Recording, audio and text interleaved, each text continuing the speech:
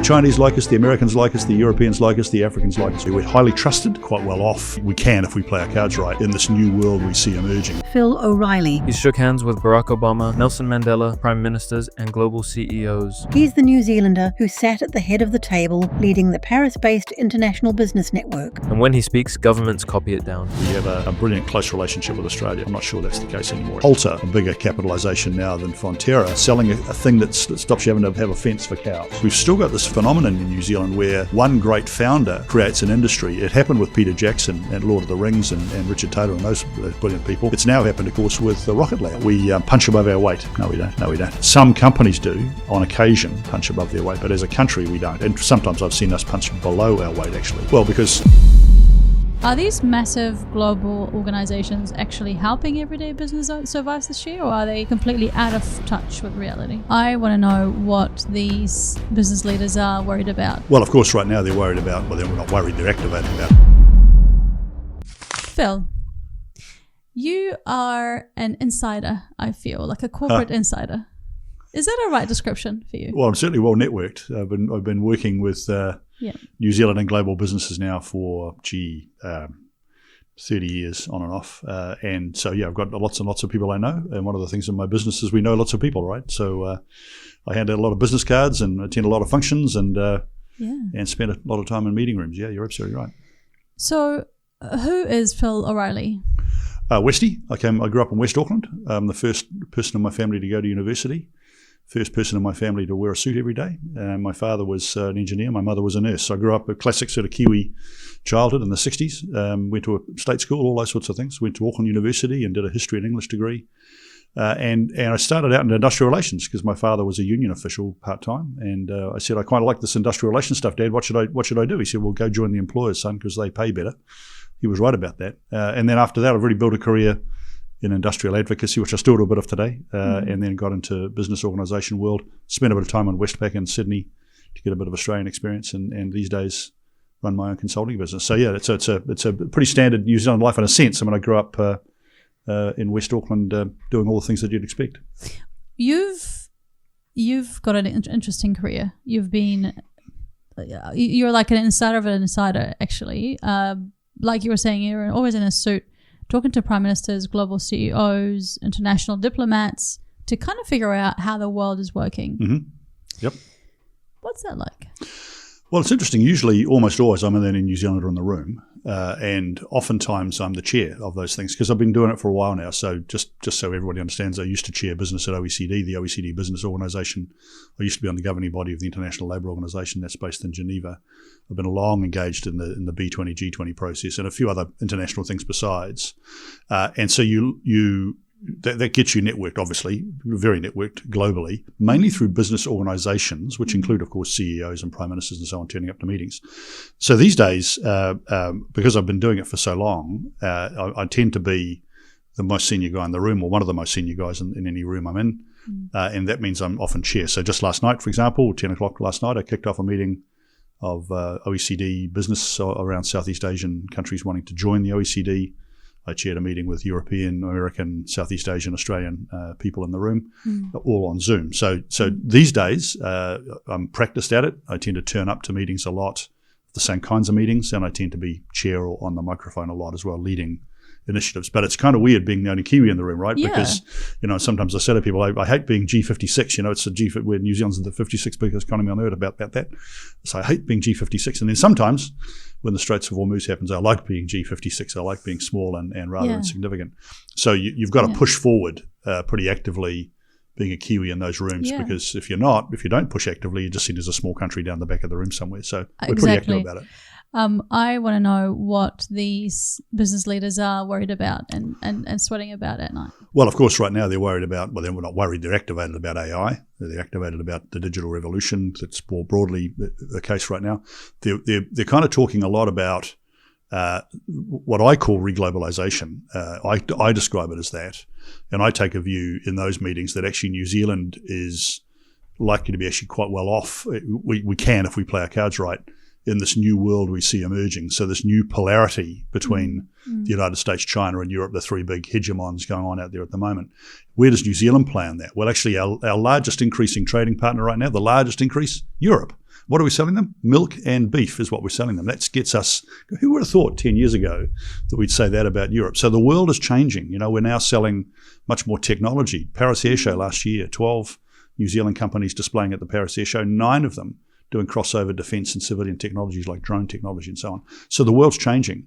And if you look at where New Zealand is, the kinds of conversations that I'm having with them, if you look at where New Zealand is, actually we're relatively well placed because we point at Southeast Asia, we point at China pretty well, we point at India pretty well, we point at Latin America pretty well. These are all the big growth engines of the economy. So when I'm talking around the global CEOs, these global business organizations, we're all trying to kind of work out through this fog of change that's been going on. It's accelerating under Trump. Trump didn't start it, but it's accelerating under Trump. What does that mean for us? What does that mean for global business? And you're seeing new things like resilience. You're seeing new things like use of digital. You're seeing new things like friends are more important. Trust is more important. You're seeing new things like supply chain management becomes critically important too. So those are the kinds of languages, the kind of words that are being used. Very interesting. So what are they arguing over? What are the top leaders arguing over at the moment? In the business world, actually, what we're tending to do is push forward a pretty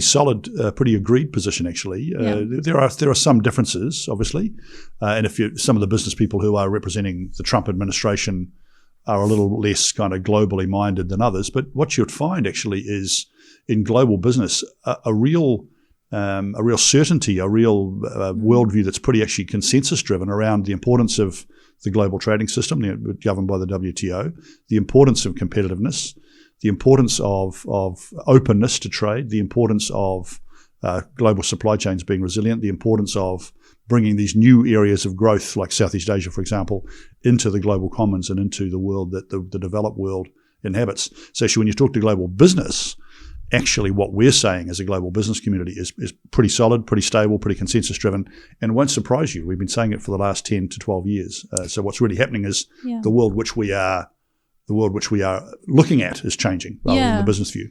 And you talked about New Zealand being quite small and you have to keep pushing and so that people look at you and think that we are something, we're not just like a 5 million population country. How do you see New Zealand? What's the perception of New Zealand is to world leaders? So often we're ignored, often we're not absent, basically, and that's just the way it is, a small country. And it's been so forever, like this, the pattern hasn't changed, it's just consistent. Yes and no. Actually, what happened was during COVID, we lost a lot because we were closed. We were having a great time going to the beach, apparently, and we thought the rest of the world was closed. Actually, the world wasn't closed. They were travelling, and they were getting ahead. And so many of the things I was doing, the likes of Paris, at the OECD, actually others started doing them because I couldn't get there. And I was chairing business at OECD basically online in my lounge for the thick end of 2 years during COVID, and it's really hard to do. So New Zealand basically has become less connected through COVID, and now we need to get connected. I'll always argue business is a contact sport. I spend 90 days a year offshore. Before COVID was 140. I think you need to get out there and actually talk. So when that happens, New Zealand is taken account of in the kinds of circles that I work in. But obviously what we want to be doing is working well with others. We want to be working with the Europeans, with the Americans, with the Southeast Asians, with the Chinese, with the Australians, to make sure that our voice gets amplified. But when you're in the room, as I am, there's a couple of things we have that are really cool. One, we speak English, which helps. Second, nobody hates us. I mean, what are we going to do? Speak harshly to you? We're good. The Chinese like us, the Americans like us, the Europeans like us, the Africans like us. We're good, right? Why do they like us? Oh, because we're powerless, but also we speak to something that is true to everybody. We're highly trusted. Everybody thinks we're a good place to do business, even though sometimes that's not the case. Right. Okay. Everybody likes the idea of New Zealand as a place to visit, and we're seen as being good actors. And this is something successive governments and business people have done over the years. Because we turn up, because we contribute in the multilateral system, for example, people think that's good. So the Africans, for example, like New Zealand because we're small and powerless, just like they are. We've made our way in agriculture, which they want to do often, and we speak to them rather than at them. Certainly the Anglophone countries, they like us because we talk to them in English and we have a conversation with them. We want to help rather than lecturing them or trying to steal their minerals. We're interested in partnerships with them. And that's true of most of our relationships with the world. So the more we can do of that, the more trusted we are. And we've got a great history of doing that. And it really plays out now at times when trust is much harder to come by. Hello, thanks for watching this video. Quick note, have you subscribed? Over 90% of people who are watching on YouTube or listening on Spotify or on Apple are not subscribed or following. Please do so now. It's so simple. The button will be around the screen somewhere. You either hit subscribe or hit the follow button or leave me a review. It will help me so much, helps me grow as a channel and support my work. So I really appreciate it. Okay. Back to the episode. Exactly. And there's a lot of tension, as we know. So you were talking about exporting things to Europe. Yep. And how happy are you with our exporting and how we're offering value to the world? Getting better, I think. So one of the things, whenever I walk into a supermarket around the world, I always look, well, obviously food, we're a food exporting nation. Yeah. So I always look into supermarkets and see what are we seeing. So I always see Zespri. I'll often see a milk product of some sort. I'll often see an apple of some sort that we've exported. Sometimes, if I'm lucky, I'll see some salmon and so on. But actually, what we're seeing now is the growth of things that are not food, and that's a really fantastic development. So my sense is that New Zealand food exporting companies are doing well in the context of getting into the world, not always on the retail shelves, but in terms of supply chains and business-to-business activity and so on. But the real excitement I've got is when I see the medium-sized and small tech companies and services businesses entering Europe. I was just chatting to our trade commissioner in Paris the other day, followed by our trade commissioner in London over the space of about a week. And I said to them, during the slowdown during Hormuz, during the slowdown during COVID, did you see a slowdown in small and medium-sized tech businesses trying to enter the UK or European market? The answer was no. No. In fact, and they're still coming today. They're turning up in market. They're trying to sell. They're using NZTE really effectively, and they're growing their businesses. That's the most exciting thing I can think of when it comes to the way New Zealand points at the world. These new businesses, lots of confidence, moving into these markets, selling. It's great. What was the opportunity? Oh, there'll always be niches for New Zealand. So if you think about a niche for us in AI, it'll often be around things like the things we already do well. So biosecurity AI, agriculture-based AI, land-based AI, and so on. If you think about tech, it'll be niche upon niche upon niche. SIOS is a good example, right? So they're a crossover defense drone company going well. Halter, a bigger capitalization now than Fonterra, selling a thing that stops you having to have a fence for cows.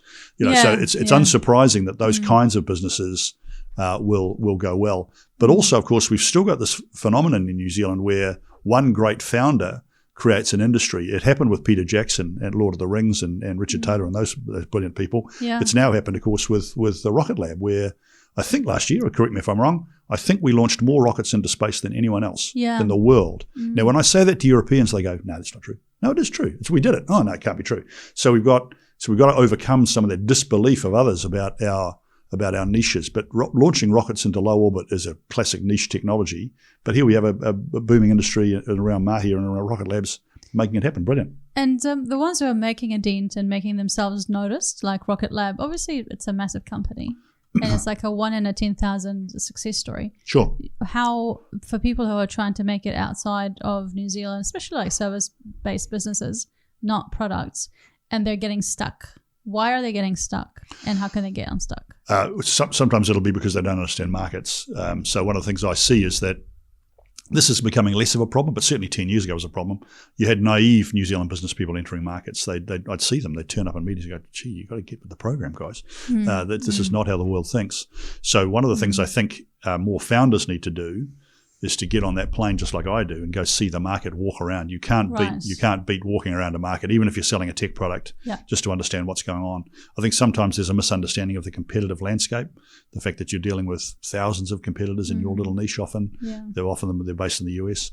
The other thing I think is we think of markets in the wrong way sometimes. We think of the US as a market. The US is not a market. California's a market. Parts of California are a market. Okay. New York's a market. Right. Missouri's a market. It's a specific niche market. It's the same with China. You say China. What part of China are you talking about? Right. It's massive, right? India. Yeah. What are you talking about? It's ridiculous, right?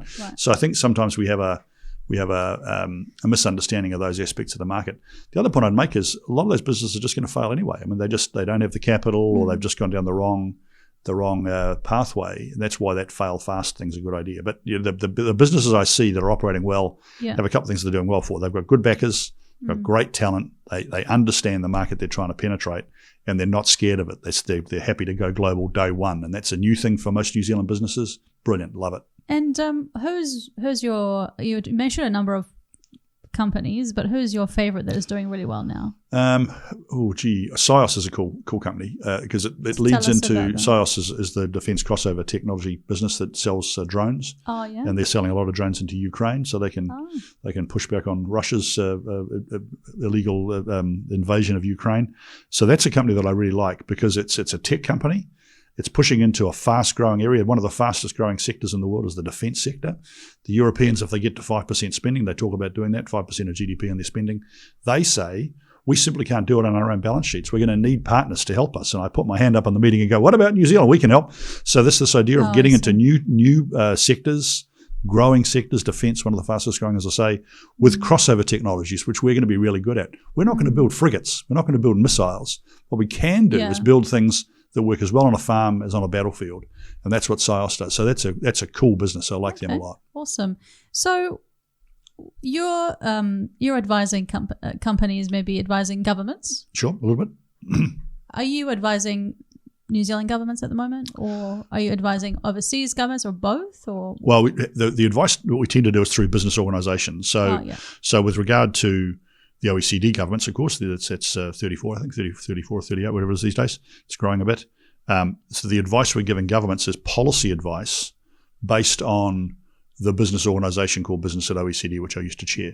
So it's a bit like Business New Zealand, but for the OECD. And it's the same, the thing we're doing with the G20, B20 process. The Business 20 is giving advice to the G20 leaders.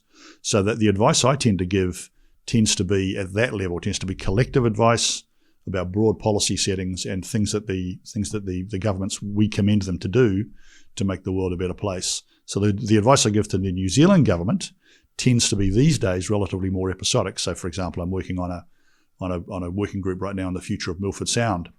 Go for your life, I've done so many of those over the years, dozens and dozens of them in various parts of the New Zealand framework. And you were commissioned to do that, of course? The New Zealand government invited me to, the Department of Conservation invited me onto their committee to work on that, Okay. And what is a significant advisory role or advisory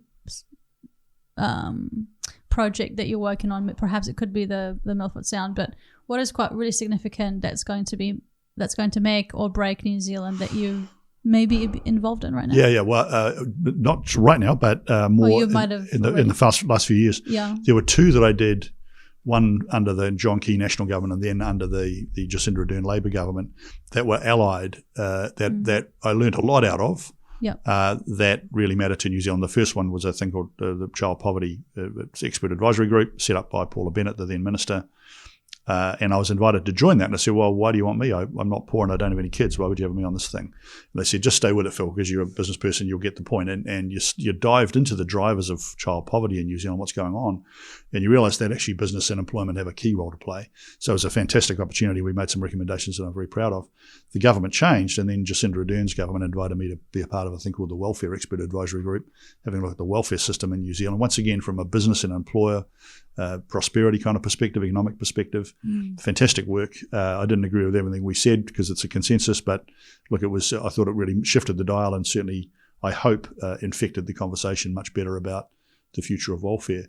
Another one I've just done is a review of the future of universities in New Zealand with Sir Peter Gluckman. So all these, they kind of add up over the years. I've done many of them over many parts of the economy. Some of them more impactful than others, but there's a few for you that I think are pretty impactful. Quick one. If you're an established business owner who already knows podcast guesting is one of the smartest moves for your business, you want to be on podcasts, but you're too busy. You don't know what to pitch, how to pitch, what to say once you're on the microphone, and you just need some help. I made something for you. It's called 3 Free Podcasts. I will personally send you 3 shows your ideal clients are already listening to, plus exactly how to land a guest spot on each one. Simply go to pwrfully.com/Mina, enter your details, a few questions about yourself, and then you will get the email. That is pwrfully.com/Mina. Hello, thanks for watching this video. Quick note, have you subscribed? Over 90% of people who are watching on YouTube or listening on Spotify or on Apple are not subscribed or following. Please do so now. It's so simple. The button will be around the screen somewhere. You either hit subscribe or hit the follow button or leave me a review. It will help me so much, helps me grow as a channel and support my work. So I really appreciate it. Okay. back to the episode. I want to get into your role with the OECD. Yeah. I have a bit of a full-on question, which I have written down here, and I might just sort of reflect on it here. You warned the global inflation. You were warning that the global inflation is creeping back because the energy costs are going up, and you're trying to push back now on retirement age, I understand. But APAC is over in China right now trying to fast track AI into our backyard. So you used to lead the business voice at these tables, and are these massive global organizations actually helping everyday business survive this year, or are they completely out of touch with reality? The way the OECD works is the average small business person, obviously, even the average big business person, probably wouldn't really understand much about what the OECD does, other than it's in Paris and it does this, does these reports on New Zealand and so on, so on, so on. Actually, what the OECD does is it sets a lot of the ground rules for the way in which business is done. So it has investment treaties, it has anti-corruption treaties, it has responsible business conduct guidelines. Even if you buy steel or aluminium, then the OECD will influence what's going on. And it also has a lot of work going on in things like skills and training, trade, all sorts of areas. Digital, some of the first AI principles were developed by the OECD 10 years ago. And if you look at the principles of what governments are now doing to legislate AI around the world, you'll see a nod back, in fact, often just a copy and paste of what the OECD was doing 10 years ago. So although it can feel a bit ephemeral, actually it really matters. And one of the reasons I've spent so much of my time and effort going to do it is because they really want to draw out how businesses are thinking and responding in the global economy and then turn that into policy. Just last night, for example, an OECD official was talking to us about illicit trade in Southeast Asia, by which I mean counterfeit cigarettes and counterfeit vodka and counterfeit handbags and so on. That's what we mean when we say illicit trade. How do we cut down on illicit trade as a part of those countries joining the OECD? Now, the business community, the big business community, the global business community, the global brands, a lot of them were in that room last night, and they were talking to OECD officials about the practicalities of doing that in markets like Vietnam, Thailand, and Indonesia. So that's where the rubber hits the road with something like the OECD. And as the only Kiwi in the room chairing that meeting last night, as I say, that's a fantastic opportunity to influence and to guide things properly so that New Zealand doesn't get left out in those kinds of debates. So are you happy with how it's gone? With the OECD piece, never perfect. The OECD, of course, is a political beast.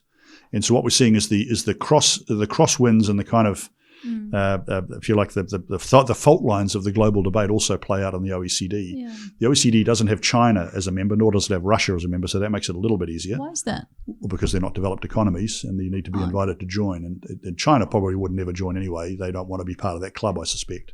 But Russia, of course, we wouldn't have them anyway because they're currently at war illegally with Ukraine, so nobody's going to have them on board. So the fault lines of the global debate also play out at the OECD, though. The debate between, for example, the United States and Europe right now, or the more kind of nationalistic view of the US, absolutely plays out in the OECD frame. But I'll argue that international organisations like that are actually one of the best ways of overcoming those debates, because it's in those rooms in Paris and online or wherever it might be that you can actually have a conversation across the table. You can actually talk to someone, and then in the coffee shop, the coffee out later on, you can actually talk to them and discuss these matters. So I'll argue these international institutions are really important because they allow conversations to carry on, and that's really important in the world that we see today. So have we been do you think New Zealand is heavily influenced by what the OECD comes up with? Absolutely. The blueprint, like tax laws, education, pension age? Yep. Yeah. Absolutely. Because in fact, more often than not, actually, because we respect the OECD, we take its advice pretty seriously because we're small. The OECD is a big, important part of the advisory mechanism for us. And in many areas, we influence it a lot. In trade policy and agriculture policy, New Zealand influences the OECD quite a lot. They do? So we take it very seriously. Some countries don't. But what the OECD does is they publish reports publicly about the state of your education system or whatever it might be.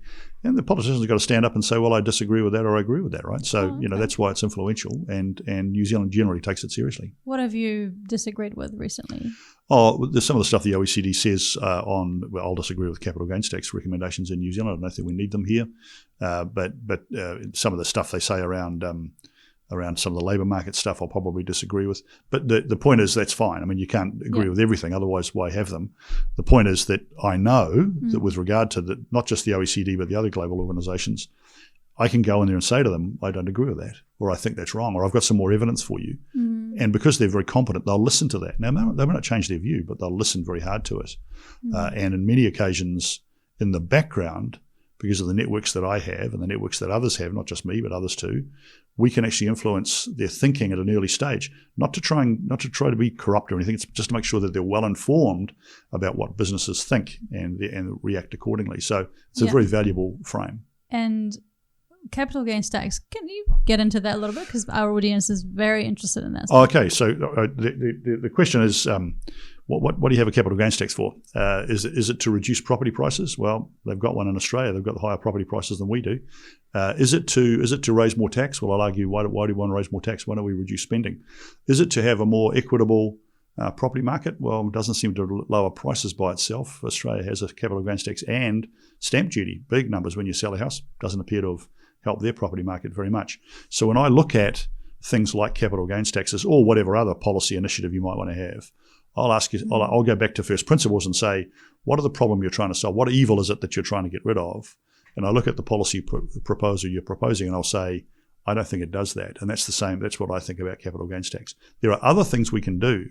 If the argument is, by the way, to turn investment from houses in New Zealand into more productive enterprises, I'll buy that.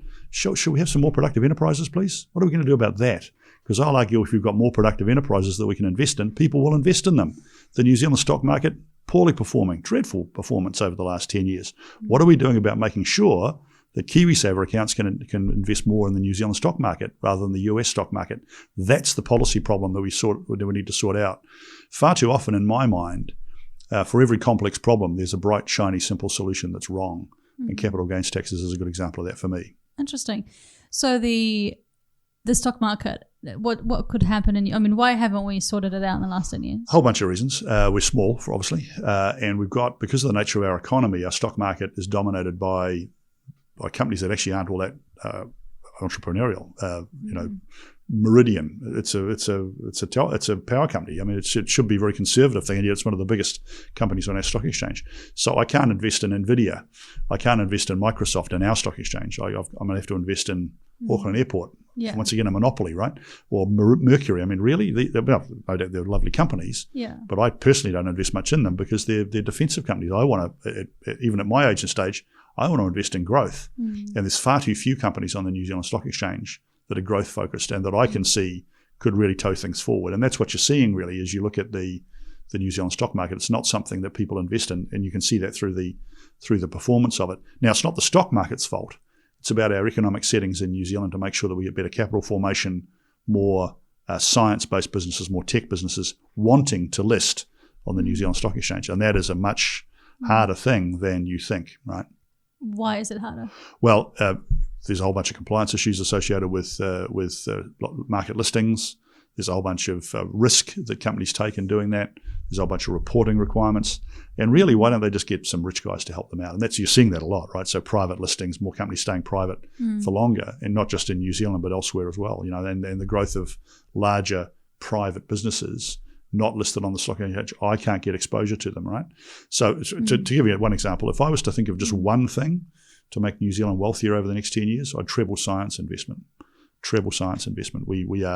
We're at about a third OECD average on our science investment, broadly speaking. If you were to do just one thing, you'd invest in science. Can you break it down as to why? Why? Because what we know is if you invest in science, you'll get more spin-outs, you'll get more companies, you'll get more high-tech activity in the economy, and not just investing in close-to-business science either, investing in basic science like blue sky science, researcher-led, investigator-led science, science for undergrads, science for schools. If we turn ourselves into a science economy, then the evidence is overwhelming from countries all around the world, Singapore, the Nordics, everywhere else, the United States. If you invest heavily in science, then you'll get, over time, a much faster growing and much more productive and wealthy economy. We've tried that on a few occasions, just as recently as the Science System Review just a few months ago. The successive governments in New Zealand have been pretty, not anti-science, but not particularly interested in science. And I think we've got to try and change that around. Why aren't they, do you think? Well, I think it's because science hasn't put its best foot forward. I don't think we've had the right conversation about about what science could do. So you see well-meaning interventions, I think, and this government's had some as well, but no big increase, no big uptick in science spending because the public don't understand it. They think, why aren't you spending more money on buses or hospitals? That's a good question, of course. But you've got to say, well, if I invest more in science now, in 10 years' time, I'll spend treble on buses and hospitals than I can today. But of course, the nature of the electorate, the 3-year cycle, the fact that you've got political fault lines in our country makes it very, very hard to get consensus around science spending. And in Singapore and the Nordics, they did get consensus around science spending, and look at where they've gone, where they've got to. Why can't we just do what Singapore is doing then? Well, they're not a democracy for a start, and they're nowhere near as ethnically diverse as us. As I say to people to make this point, if you ever been to Finland, you'll notice it's full of Finnish people. If you've been to China, it's full of Chinese people, right? New Zealand's not full of New Zealand people. It's full, well, it is, but it's not full of Pākehā people. Auckland is now a majority of non-Pākehā, actually, so it's about to be, Asia, Maori Pacific, right? So you can't take a Singaporean example, which is basically based on a small island nation that came out of a war, shattered by Japanese occupation, lost its sponsor through the British departure as a colonizing power, strong leader, not really a democracy, small d democracy in a sense, kind of democracy, but not quite. You can't, and an island nation for relatively monocultural. I'll probably insulted all the Singaporeans. I don't intend to, but my point is to make the point. It's different. Just go there and you'll see it. It's different. And so what we can do though is take some of the lessons of Singapore. Their science system's a great lesson to take. The way they look after their elderly is another interesting lesson to take. They're very they care for their elderly. They have a much more kind of collectivist view of some of these things. I think we could take some lessons out of that. And certainly their friendship with us and why they have friendships with us, we can learn lessons from and do. In fact, we're good. I can't think of a better friend in the world than Singapore for us right now, even Australia. So we have good friendships with Singapore. They like us. Yep. All the other countries like us. You've mentioned that the 3-year cycle in the government is actually a negative thing, and a lot of people have actually said that because you can't get to work and set something in motion for long term. It's always like every 3 years we have some new thing, and now we have an election coming up this year. Sure. And things we don't know what's going to happen. Well, I don't know what's going to happen. Me neither. Yeah. And it seems really frustrating with this way how we elect people and they come in and they change, and we never have a long-term plan for the country. And it seems that I have had conversations with the likes of Bernard Hickey, ASB economists, Paul Spoonley. They talk about the frustration of New Zealand potentially going broke and not having a solid economic foundation. Like what's it's a bit of a contentious issue, of course. So we're not going to solve that through a 4-year electoral cycle or even a 5-year electoral cycle. Okay. So a lot of people, and a lot of business people too, and it annoys me when they say it, actually, they say we need a plan. Well, Stalin had a plan. That didn't go so well, did it? Pol Pot had a plan. That didn't go so well, did it? Messy democracies tend not to have plans. Yeah. And so we just need to be cautious about treating New Zealand if it's a business, because a business might have a plan. But I'd say to you, if a business had a 5-year plan, even I'd be going, you sure about that? The world changes quite a lot in 5 years. You might have a flag on the hill of what you're trying to achieve, but just be cautious about central planning. The Chinese have a plan, right? I'm not sure that goes so well for them. So in the context of a developed liberal democracy of the type that we are. So you need to, I think the debate needs to understand that New Zealand is a messy place. It's one of the most liberal and most ethnically diverse countries on earth. It is a remarkable success story in the sense that it doesn't have some of the big divisions that we're seeing around the world. If you think we've got divisions here, try going to the UK, see what's happening there, or France or Germany, or Hungary. Some massive changes going on, massive tensions going on there.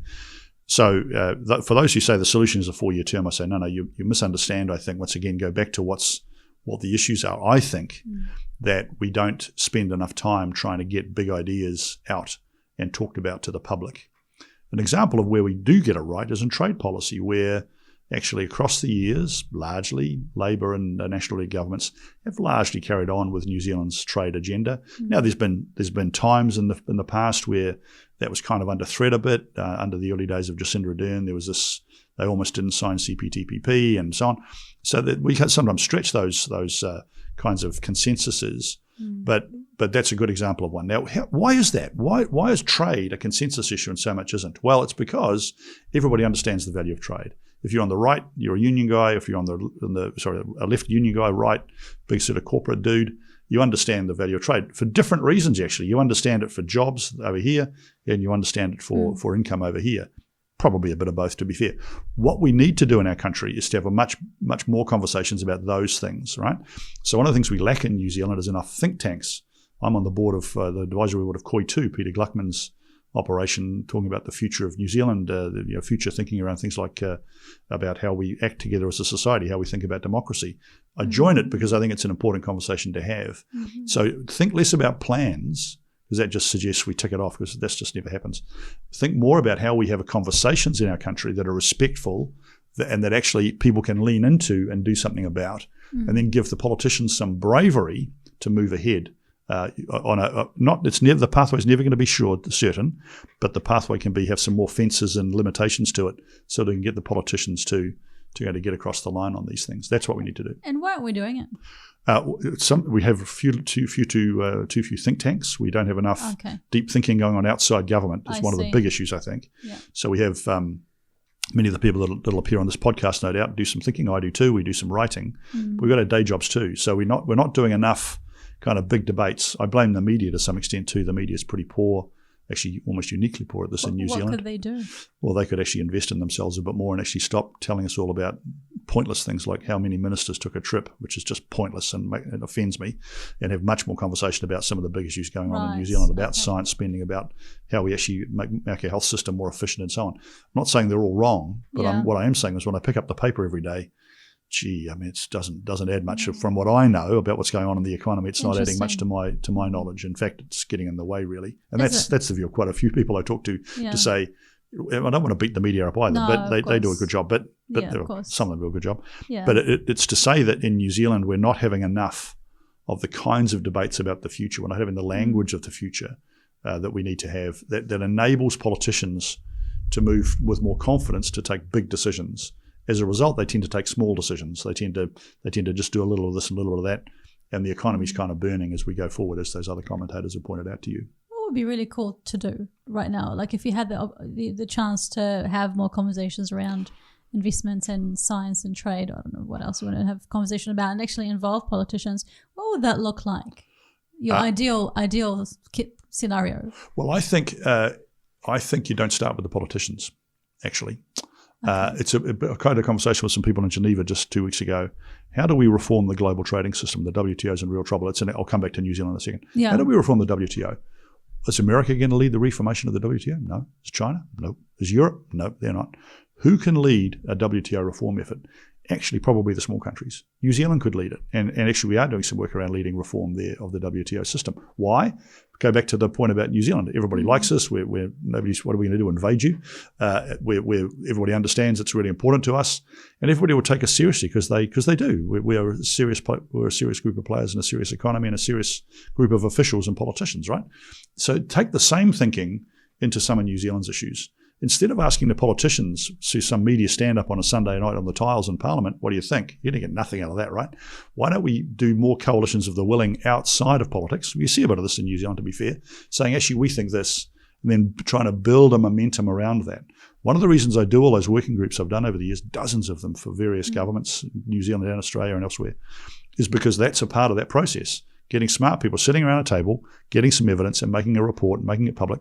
That matters, actually. You think it's a waste of time. It's not. Actually, it really matters, some of that thinking, because it helps infect the political discourse. So we just keep at the science thing. I'm just going to keep at it. I'm going to keep talking about it. Yeah. I got an opportunity to talk to you today about it. We're going to talk about it because I think it really matters. And I hope that we'll get more of that kind of conversation going. Hello, thanks for watching this video. Quick note, have you subscribed? Over 90% of people who are watching on YouTube or listening on Spotify or on Apple are not subscribed or following. Please do so now. It's so simple. The button will be around the screen somewhere. You either hit subscribe or hit the follow button or leave me a review. It will help me so much, helps me grow as a channel and support my work. So I really appreciate it. Okay, back to the episode. So what is your vision like for New Zealand? Like, what do you hope New Zealand would look like in 5 years? Well, if you look out geopolitically, New Zealand's position is actually pretty promising. As I said to you, we point at many of the growth engines of the world, and we've also got high trust. I was just chatting to very, very senior government official in Bahrain a few weeks ago. We were having lunch together in Bahrain. And I said, is New Zealand a strategic partner for you? He said, yes. I said, why is that? You mainly use rice. So because it's a rice economy, Bahrain, the migrants there from Pakistan, India and so on, eat a lot of rice. He said, well, Phil, we only sell you lamb. Why are we a strategic partner for you? He said, well, Phil, here's what happens. When you say you're going to sell us something, you send it on a container and it arrives at about the time you said it would, and you send us the bill we agreed. That's pretty important to us, because bear in mind that rice nationalism happened during COVID, and Bahrain very nearly ran out of rice because everybody was hoarding rice behind their border, right? Those are the things actually that make New Zealand stand out in the world. So if we think about those kinds of bigger drivers in our economy and bigger drivers in our society, the fact that we're still relatively cohesive, we've got relatively uncorrupt, good rule of law and so on, those really matter in the world. The other thing that I think makes me feel positive about the future is I think the business community and other communities are starting to understand what this new world means and starting to lean into it. I'm hearing about companies trying to monetize this idea of trust a bit more in global markets. Great idea. So I feel reasonably positive about New Zealand, but we need to stop telling myths about ourselves. We need to be clear-headed and truthful with ourselves about the challenges we face, including becoming poorer, and actually do something about them, have some bravery politically and in civil society to confront them for what they are and to say we need to change. Yeah, okay. What's the myths that we're believing? There's a ton of them. We're easy to do business. We're not. We're not easy to do business. We're about middle of the rank OECD. We punch above our weight. No, we don't. No, we don't. Some companies do, on occasion, punch above their weight, but as a country, we don't. And sometimes I've seen us punch below our weight, actually. And why do you say that? Well, because we're G56, right? So we're a lower mid-ranking economy, actually. There's this myth that says, New Zealand, punches above its weight. We get things done that other countries can't get. Actually, we don't. And the evidence that I see is we don't actually do that. We do quite well in some areas, right? And there are some brilliant companies that I'm really proud of and some brilliant people I'm really proud of who really do punch above their weight in the global commons. But commonly we don't. The reason I get offended about that statement, we punch above our weight, is it gives us an excuse not to go harder. It gives us an excuse, well, we're good. Yeah. Number 8 Y, it's like that. Number 8 Y. What on earth? I don't even know what number 8 Y is, right? Who's claiming that? Who's saying that? Well, you see it a lot in the media. Okay. I could show you some newspapers in the last 3 days. Somebody will say, we punch above our weight. We got a trade deal with India. We punch above our weight. Do we? Right, okay. Lots of countries got a trade deal with India. We got one. It's good. It's a good deal. I like it. Vangelis Vitalis negotiated it from MFAT. Brilliant. One of my favourite New Zealanders. A genius guy. But don't tell me we punch above our weight in India, because lots of other people have got one. Now, what we need to do is punch above our weight on execution of that trade deal. Get actual goods and services and products and digital being sold, people-to-people contact being done. Now, I think we could do that, but we need to be clear-headed about what we're going to do there. Because to say we'll do business with India is rather ridiculous. India is 1 billion plus people. We'll do business with Bangalore or with the South or with cities or with verticals. So some of those myths. Slogans I hear that are myths actually get in the way, because we can feel comfortable about ourselves when actually that's not the case. The world does not think that, and we let ourselves down as a result. What else is kind of annoying us that we're believing that are myths that are not true? I'm trying to think of some others for you. One is this idea that we have a brilliant close relationship with Australia in a business sense. I'm not sure that's the case anymore, actually. I think we need to pay attention to that. Right? We still have a close relationship and a very friendly relationship, but as one who does a lot of business across the Tasman, my sense is that the Australians are now looking at us. They always looked at us as a junior partner, right? The junior partner out to the east, and that's okay with me because we are, right? But I think increasingly their focus is to the north and to Southeast Asia and China and elsewhere, just like us. And I think increasingly they're kind of ignoring us. So this myth that we're kind of close and we're allies and all those sorts of things, it's true in a defence sense, it's true in a political sense, it's true in a trade policy sense.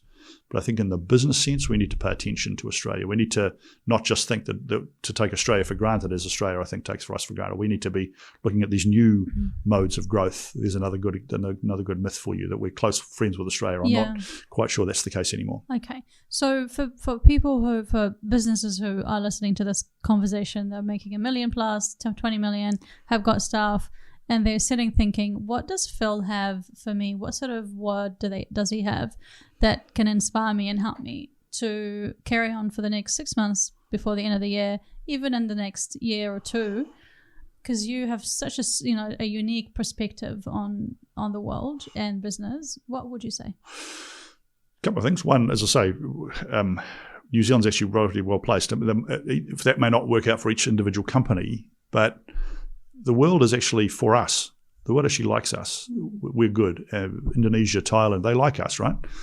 So if I was a business thinking about exporting, work on the basis that the things that we take for granted in New Zealand, like we send a bill and it gets paid, and the goods turn up on time and that sort of stuff, don't underestimate just how important that is in a world that's changing.